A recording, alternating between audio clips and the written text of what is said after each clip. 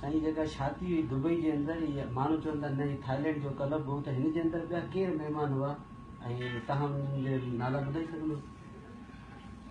बिल्कुलु हरेश, मां तव्हां पहिरीं चयो त मूंखे का सफ़ाई ॾियण जी ज़रूरत कोन्हे, पर तव्हां पुछियो आहे त कॾहिं मुंहिंजा जेके जिन खे शक आहे का ॻाल्हि आहे त उन्हनि माण्हू खां पुछी सघां। तमामु मौजूदु माण्हू हुन शादी में शामिल हुआ, जंहिंमें दरगाह जोग शरीफ़ जो साईं गादी नशीन साईं अली अकबर साहिबु मौजूदु हुआ, मूंसां गॾु हुआ। असां गॾिजी चाई ॾींहुं 4 ॾींहं गॾु हुआसीं ऐं हुते जेका जीअं असां शादी इंजॉय कई आहे। इंडिया मां शेरों वाला साईं जेका लाल साईं उहा मूंसां गॾु हुआ ऐं उन खां अलावा MNA संजय पारवाणी मूंसां गॾु हो।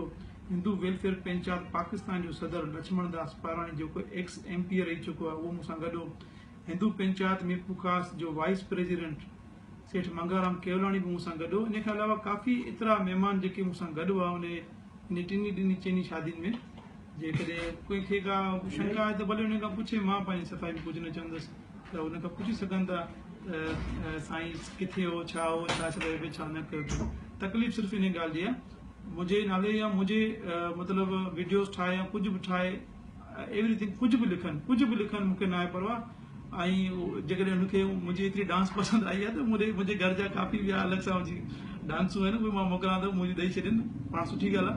पर उन में जेको मुंहिंजी फैमिली खे जो गॾु उन्हनि जेको शामिलु करे ऐं उनखे थाईलैंड जी छोकिरियूं करे ॿुधायो वियो आहे, इन थोरी तकलीफ़ आहे, त मालिक करे बसि हुनखे मालिक माफ़ी ॾे। साईं जेका शादी हुई दुबई जे अंदर माण्हू चवंदा न थाईलैंड जो क्लब हो त हिन जे अंदर ॿिया केरु महिमान हुआ ऐं तव्हां हुननि जे नाला ॿुधाए सघंदो? बिल्कुलु हरेश, मां तव्हां पहिरीं चयो त मूंखे का सफ़ाई ॾियण जी ज़रूरत कोन्हे, पर तव्हां पुछियो आहे त कॾहिं मुंहिंजा जेके जिन खे शक आहे का ॻाल्हि आहे त उन्हनि माण्हू खां पुछी सघां। तमामु मौजूदु माण्हू हुन शादी में शामिल हुआ, जंहिंमें दरगाह जोग शरीफ़ जो साईं गादी नशीन साईं अली अकबर साहिबु मौजूदु हुआ, मूंसां गॾु हुआ। असां गॾिजी चाई ॾींहुं 4 ॾींहं गॾु हुआसीं ऐं हुते जेका जीअं असां शादी इंजॉय कई आहे। इंडिया मां शेरों वाला साईं जेका लाल साईं उहा मूंसां गॾु हुआ ऐं उन खां अलावा MNA संजय पारवाणी मूंसां गॾु हो। हिंदू वेलफेयर पंचायत पाकिस्तान जो सदर लक्ष्मण दास पारवाणी जेको एक्स MP रही चुको आहे उहो मूंसां गॾु हो। हिंदू पंचायत मीरपुर खास जो वाइस प्रेसिडेंट सेठ मंगाराम केवलाणी बि मूंसां गॾु हो। इन खां अलावा काफ़ी एतिरा महिमान जेके मूंसां गॾु हुआ उन टिनी चइनी शादियुनि में। कंहिंखे का शंका आहे त भले उन खां पुछे, मां पंहिंजी सफ़ाई में कुझु न चवंदुसि, त उन खां पुछी सघनि था साईं किथे हो, छा छा न कयो।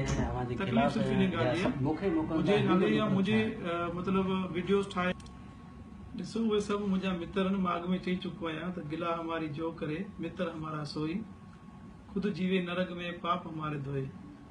असां उन्हनि सभिनी ॿाहिरनि खे जेके मूं ते का फिल्म ठाहे, को सिस्टम ठाहे, जेकॾहिं मूंखे मुंहिंजे जेके बि चाहींदड़ आहिनि, जेके माता जी शेवादारी आहिनि, सभिनी खे मोकिलण जी कोशिशि कनि का कुझु ॿिए रंग में, त त चवंदुसि बसि माता राणी ऐं ईश्वर हुनखे बसि माफ़ु करे, हुनखे क्षमा करे। ऐं जेकॾहिं ग़लति आहियां, जेकॾहिं मूंखां का माता जी गादी ते वेही करे का ग़लती थी आहे, त मुंहिंजी माता राणी सत्य आहे, सच आहे, हमेशह आहे रहंदी, त उहा मूंखे बिल्कुलु मुंहिंजे कर्मनि जी सज़ा ॾींदी। मुंहिंजे बुरे कर्मनि जी मूंखे बुरी सज़ा मिलंदी, मुंहिंजे सुठे कमनि जो मूंखे सुठो फल मिलंदो, इन ॻाल्हि जी आशा आहे।